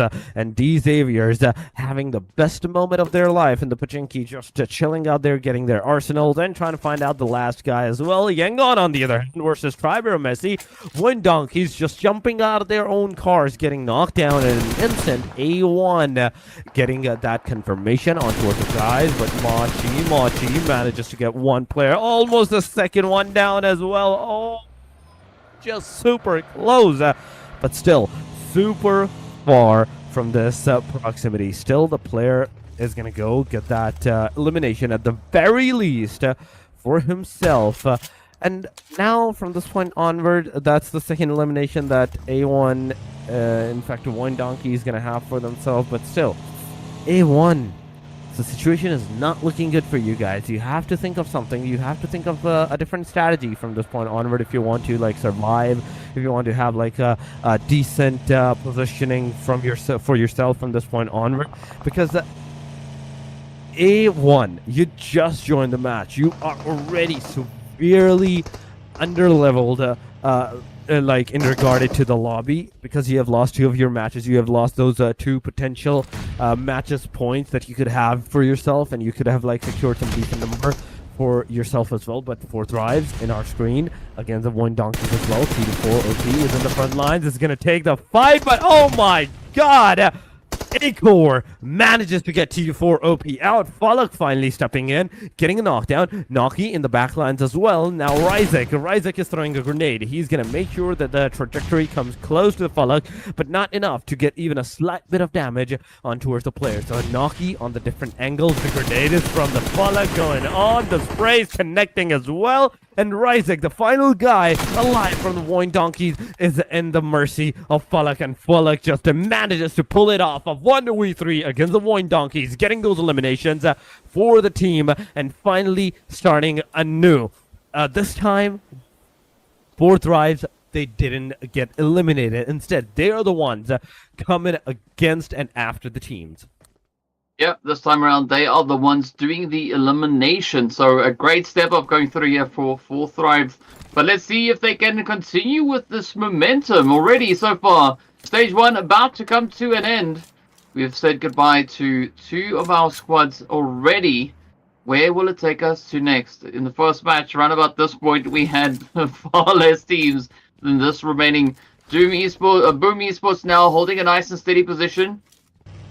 Angled on towards the edge here. They do have quite a few more teams in the vicinity. So will we see them actually look to strike? Or are they going to just keep their distance for the time being? I'm hoping they choose to strike, but maybe they won't.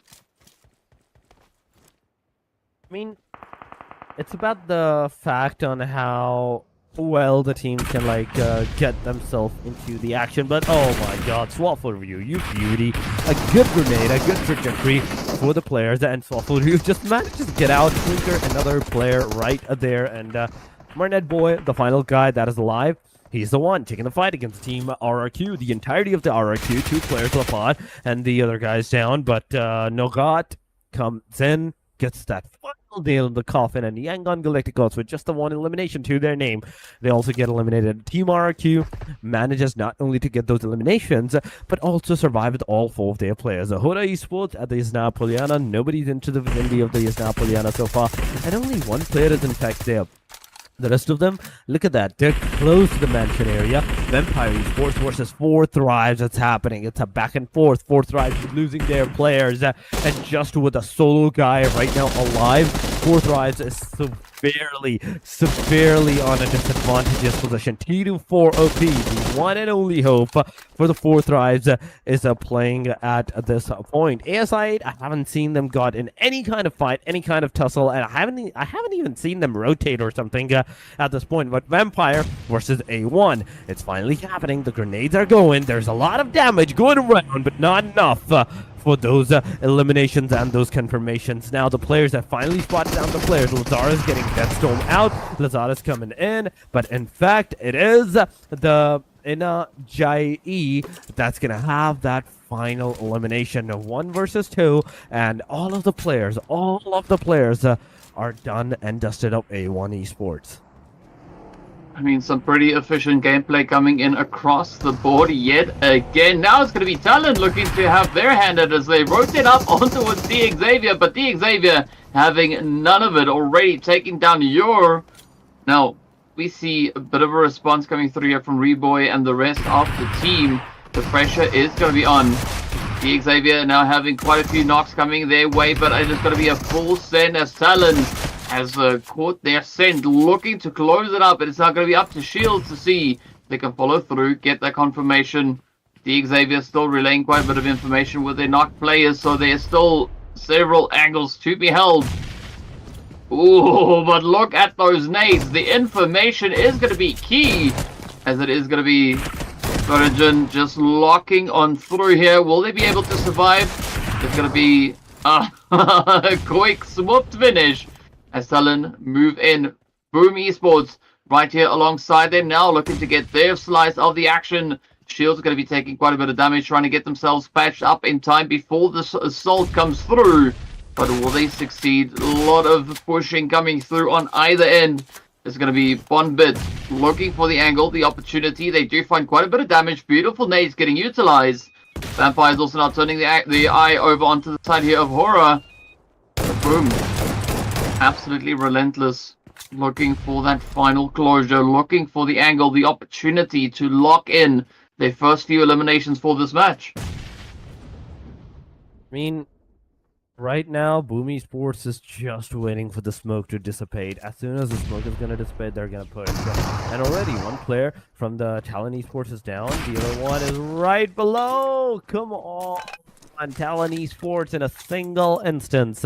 They have been taken care of. They have been eliminated. On the hashtag number 12, in fact, they go out. But Vampire Esports, there's the Horror Esports, close to the proximity, 1897. The 1897 actually connects. Oh my god, Melna. Amazingly done. And Horror Esports, the players are kind of far away that they cannot come and get those like fights engaged with the Vampire Esports, so they're just gonna chill out there. They're gonna stay there. Messi is the only team right now that I can see outside of the circle taking the blue damage for themselves. Horror Esports, they have the 3 eliminations, but at the cost of 3 of their own players as well. Just a solo players remaining. Stem9 is alive. 4-man. There's no fight whatsoever. Vampire with a trio as well. 7 eliminations. Vampire Esports is doing wonders this game.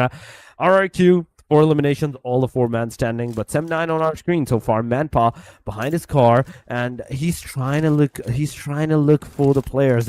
Yes, this position is okay for now. You are trying to hold down, and you're trying to survive this area for a tad bit long bit of time so that the circle can actually take a shift either here or in a different direction, and depending on that, you're going to move away from the area.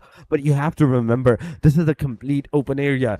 Anyone's gonna see your car, it's instantly gonna know that you're behind the car as well. They're gonna shoot at it, so be very careful, be very cautious on what you're gonna do. RRQ, Sem9, it is. The fight definitely ensued, and RRQ receiving a lot of damage, even though they were on the backside of the compound.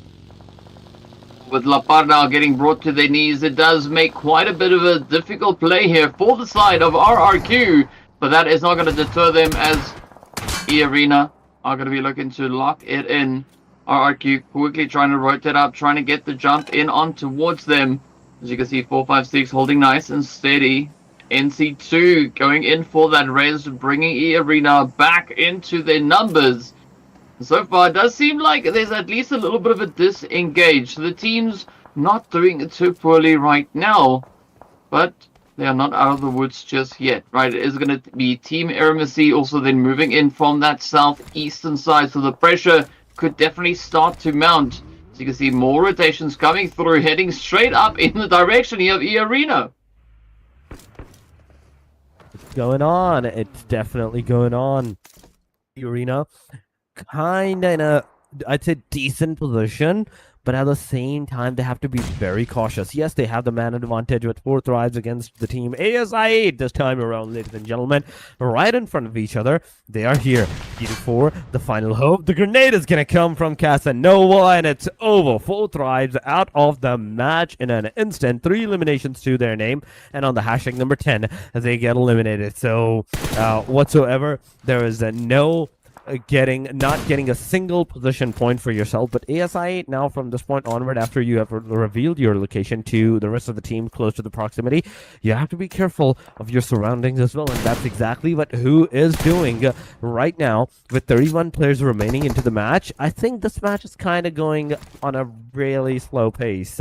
This match, even though the rest of the matches were kind of like fast, this one on the particular side, I'm feeling it's gonna go towards the 30 minutes, maybe the stage number 8 till that. But AST, ASI8, and teams are back to their original mentality and the strategy that they used, that they actually utilized on the day number 1. Beautiful spray here by Woo. As you can see, Delta now getting picked up as they're trying to get in and out of that vehicle. The pressure still riding pretty high as ASI8 now finds the nades, and with that it is going to be Tribe Eremacy getting absolutely decimated. Beautiful performances coming in yet again, but it was about time that we see the players here from ASI8 stepping up, securing themselves a few more additional points, coming into this match with 7 points to their name. Now turning their attention over to the side of Vampires, finding that confirmation. 1 player down, 3 more to go. Oh, those tabs from Casanova. It did connect on the heads. It did a lot of damage, but not enough to get the player down. But now the circle's closing on. I kind of want to see the circle. I kind of want to see the plane, the circle. In fact, the shift on where it's gonna go, where it has gone this time around, because it's kind of going to the eastern side. I do believe so. Northeastern side it is. It's straight up eastern side. And oh my god, another hard shift to the eastern region. Stage number 4 is insane. ASI-8 now no longer in the circle. Namching's Red Force kind of close to the proximity. There's also the rest of the teams as well. But so far, it is the top 9. Hora is alive with a solo. There's Vampire with a trio. RR2 with a duo. Sim9 with a full squad, and they haven't gotten any kind of fights. But RRQ, let's go. They're not just in the circle, they're also going close to the proximity of the Sim9, the team, the players that had the circle for the longest of time. Now they are close. RRQ, they are close to the proximity of this particular team. They will know this area like the back of their hand. They have played this area up for like the past 3 stages. This is stage number 4. Sim9 is going to take down one of the players of the team Arena. DRX is going to receive a lot of damage and knockdown, but Sim9 Yumiko coming in with a clutch. Look at that spray, getting a knockdown. It will be a Molotov going around on Joker's side, but Sim9's come on. In fact, a Manpine, in fact, coming in with a clutch, and within a blink of an eye, it's already over. Sim9 securing 3 of those elimination, and RQ securing 2, but a single grenade! That's a beauty right there in an instant. That's a single grenade taken 2, and how could you take down our baits right there, our hunts, our praise? They took down this with a style. I mean, Yumiko doing a no-look nade, not even knowing who's there, just yeeting it out and picking up even more eliminations. What is happening? I love it. It is absolutely amazing, but of course the fights are not going to stop over there. The zone sitting quite towards the eastern side. Red Force now just patiently waiting, as we do have DRX just moving around towards their southern side. Is this going to be a full send coming through from DRX? They need points. They need to try and secure whatever they can. They've not done any or gotten any eliminations this round so far. They need to be careful, because we can see the Vampires off in the distance there as well. The shots now starting to connect on through. It's going to be Mueller, the next one to fall on down. The elimination, quick conversion coming through on that. See if Beanie can maybe get a little bit of something happening here. So far, Red Force doing an absolutely amazing job trying to see just how far they can push this play. So far, the angle's not really presenting itself, but the Vampire is not stopping just yet, so things could still take quite a bit of a turn here. I mean, this is the time where everyone needs to start getting on the aggressive side as well, because you don't have the circle for yourself. The circle is just a small 5% of the area that's on the land. The rest of it, it's completely submerged into the water. Vampire Esports closing in, but on the backside, there's also the Namching's Red Force getting 1 player down.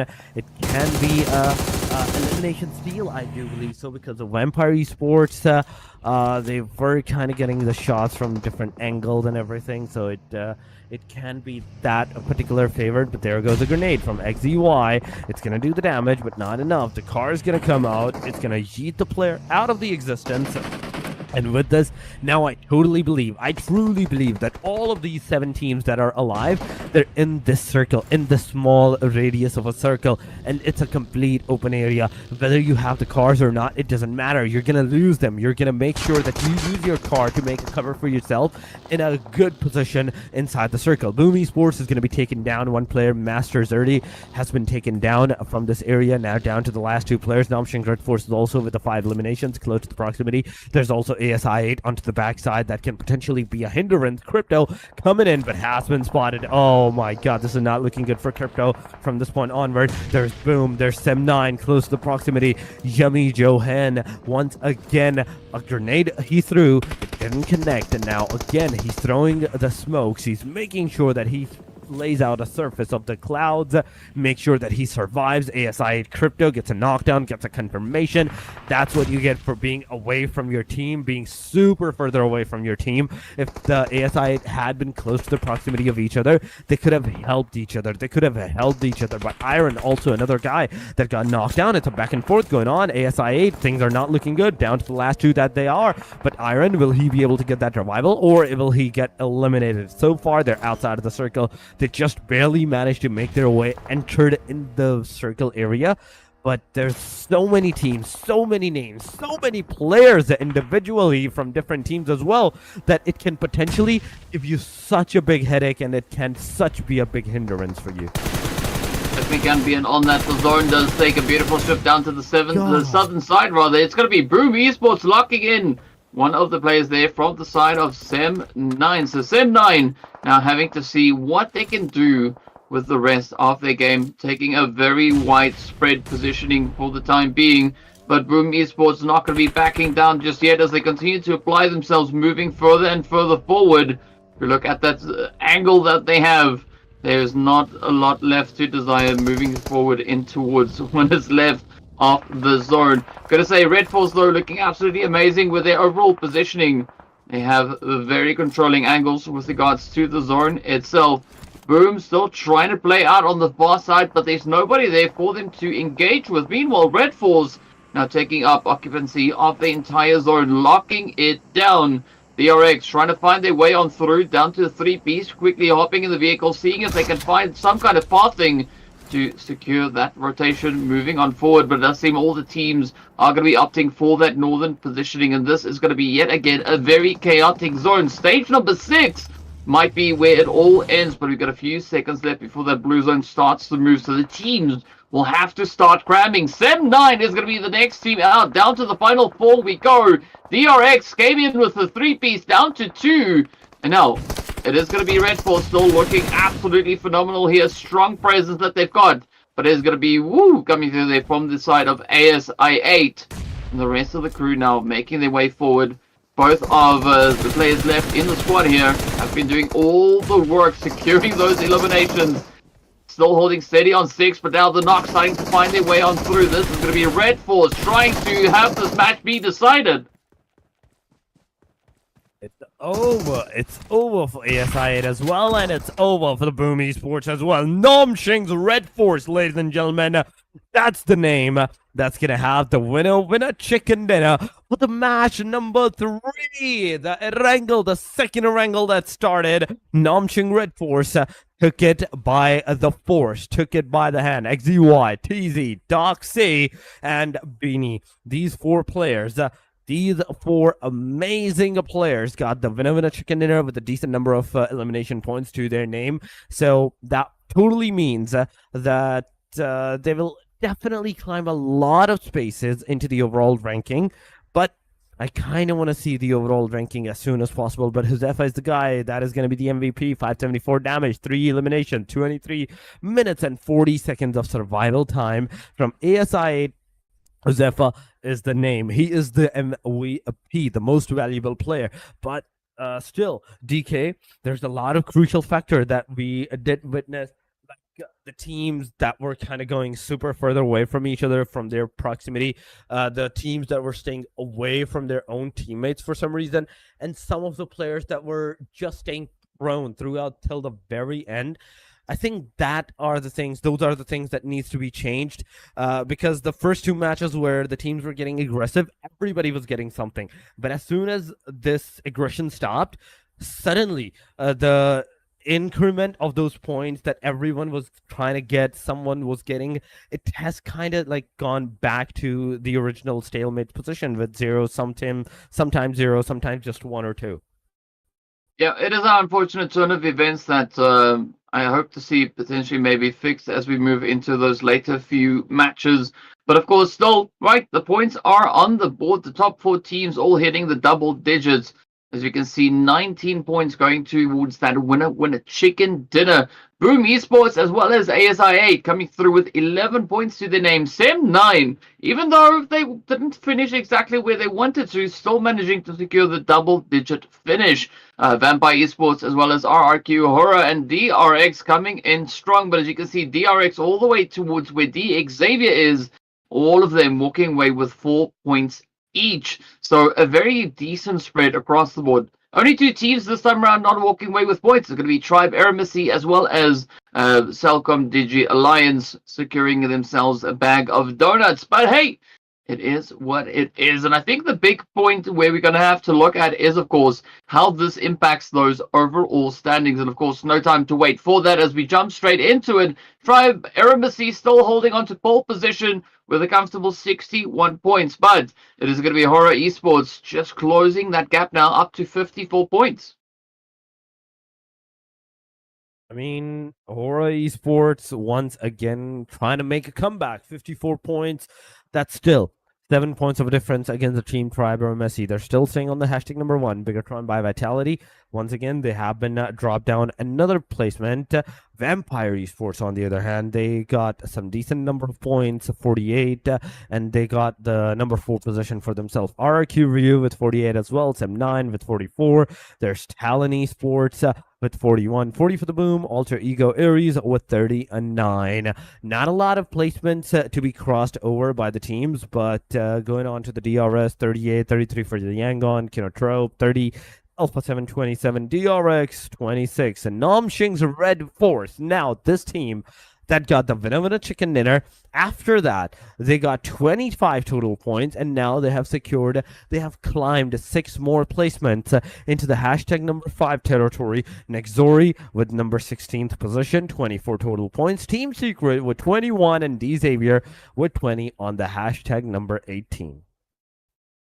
Then, of course, we jump onto the final page, and this is where there's not a lot of change, though. A1 coming into this match, climbing up 2 slots, meaning that they got themselves 1 point all the way up into 25th position.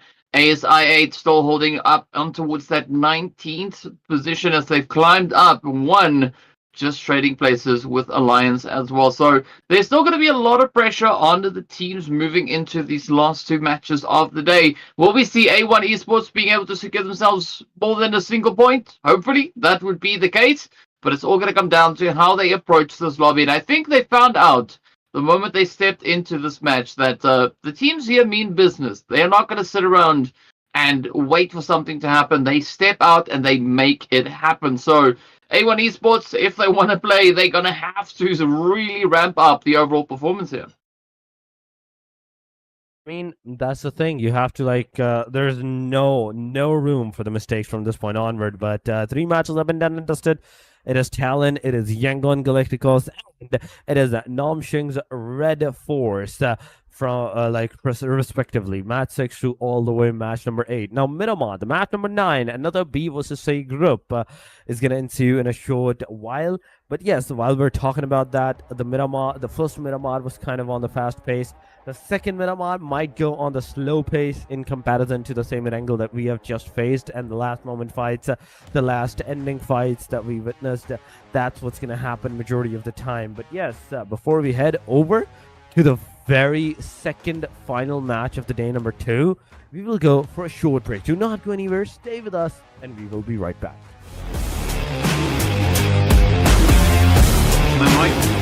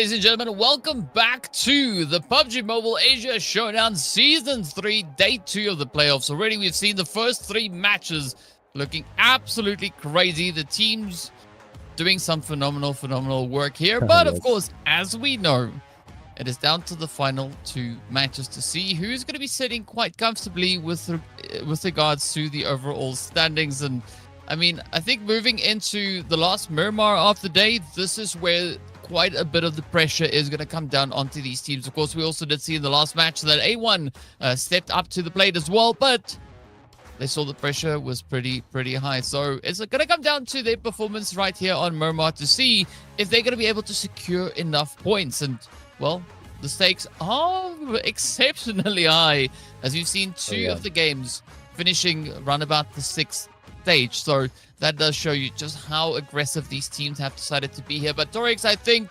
Miramar, this final one, are you expecting any potential hard drops maybe to find its way on through? Please. I'm hoping. I'm actually hoping to get those potential hot drops to like occur. I kind of want to see them. I kind of want to make sure that I see all of those Miramar's aggression that we saw into the first Miramar happen again, but this time more than twofold extra. I want every single team to take a hot drop somewhere into the area, but that can only occur if the plane line allows it, if the plane line makes them drop into a certain position, a certain locations, or one corner of the map. But yes, we will know what the plane line is, what the circle is going to be, and how the teams are going to actually play, and how many of them in this match in particular is going to go for that aggressive stances. Because right now, what we are seeing, we just witnessed the last match, and that was kind of not on the aggressive side, where we saw the first 2 matches super on the aggressive. So what my thinking is, what I can totally believe on this is the fact that this match, the teams might not get into the fight. The teams might not engage.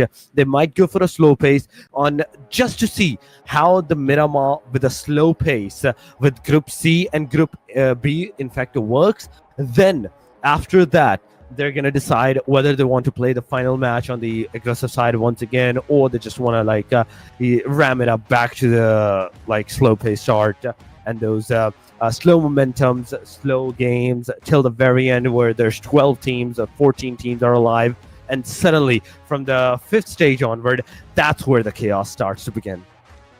I'm hoping kind of that's not what we get, right? I'm hoping to see the teams just start deleting each other as quickly as they possibly can, right? I mean, 1, it makes for exceptionally exciting gameplay. 2, the teams that need the points, this is the opportunity to do exactly that, right? So we've seen now, if the teams choose violence, right? If they go out and they get super aggressive, they get rewarded with a lot of points, right? We all know that these teams possess the capability and the skill to secure those points.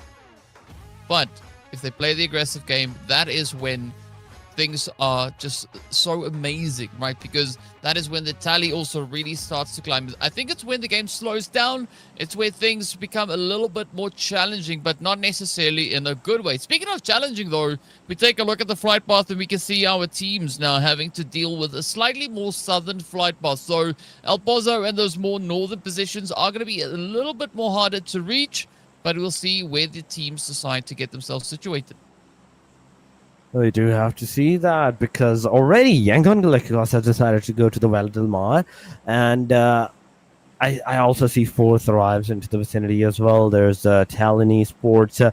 The plane is going kind of faster, I'd say, than the actual plane. I'm still seeing on the minimap it has just entered the Los Leones, whereas on the big screen the plane has already crossed over from the Los Leones. But nonetheless,